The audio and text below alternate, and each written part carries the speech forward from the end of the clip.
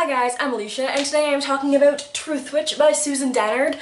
This book was really good. If you haven't read it, it's about two thread sisters named Sophie and Isolde, and what thread sisters are is kind of like soulmates but with best friends. Isolde is a thread witch, so she can see the ties that tie other people, and Sophie is a truth witch, so she can tell when people are lying or telling the truth to her.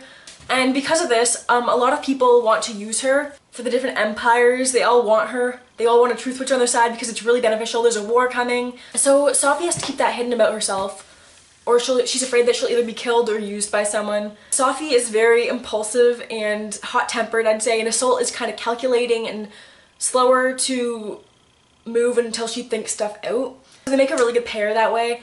And so they're on the run from a blood witch in this book. The whole book is about how they get away from the blood witch and really help each other through this difficult time of running away and hiding from the empires and avoiding this war, and it was really cool. And then we have other characters. Merrick, he's a pirate, and Evrain, she's a monk. So if you have not read it, goodbye, and if you have, stay and we can discuss. This book I found was really complex, with all the kinds of witches and all the empires and all the names of all these different lands and seas and people. It was really crazy and really hard to kind of wrap my head around as I got into the book. I found it really difficult to keep remembering all these different names and places, and I really wish she would just put something in the back of the book or like the front of the book or wherever, of like, Truthwitch can do this, an adder can do this. I kept having to flip back and kind of look up what these type of witches were capable of and who these people were pitted against and stuff like that. So I really wish she would just like write it all down in the back of the book and I could just look at that whenever I got really confused and I could sort myself out,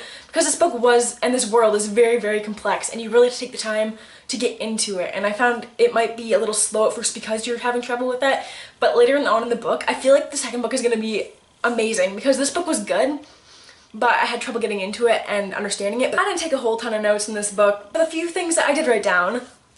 First off, I've already mentioned in my other videos that I really love the Throne of Glass books, and basically Sarah J Maas's books in general. I love A Court of Thorns and Roses. First thing I felt worthy of writing down in this book was actually kind of a comparison between Akamath and Truthwitch. It was when she mentioned the Illyrian Mountains, the Southern Mountains, and automatically I was like, Illyrian warriors from Akamath who fight or train in the mountains, and I thought that was freaking awesome. I was like, already I kind of love this book.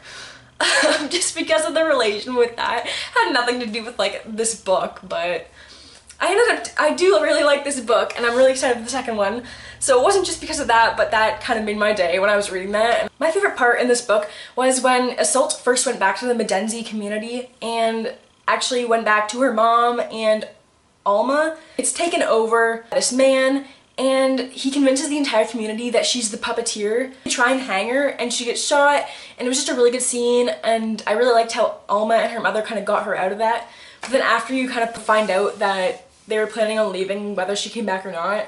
So I was like, okay, I think her mother loves her, but honestly, I don't really know, because her mother was just willing to leave her and let her go off, and I don't know, it was just a very different relationship. I can't really relate to it, but I'm really excited to see kind of their relationship develop, and we get to see it over the next books. It was one of the most interesting things I think in this book was the Medenzi settlement and their relationships and how closed off they are. I just thought the whole Medenzi settlement and thread, which is really cool. All through the book, Isolde is having these kind of dream things with the puppeteer in her head, or at least I thought it was the puppeteer because they can see the kind of dead threads over the cleaved witches, or the dead witches, or you know, all that stuff. I don't know whether Isolde is the puppeteer and she doesn't know yet. She has like this alter ego, or the real puppeteer can just talk in her head and get in her head when she's dreaming. Isolde was probably my favorite character in this book. Isolde and then Edwin are my two favorite characters. So yeah, just that whole plotline with the Raider King and the puppeteer was really cool, and I want to see where that goes.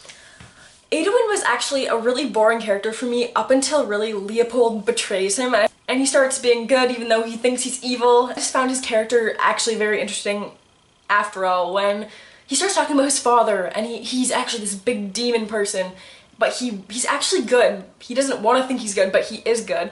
And I think by the end of the story, or the end of the series, sorry, he will redeem himself.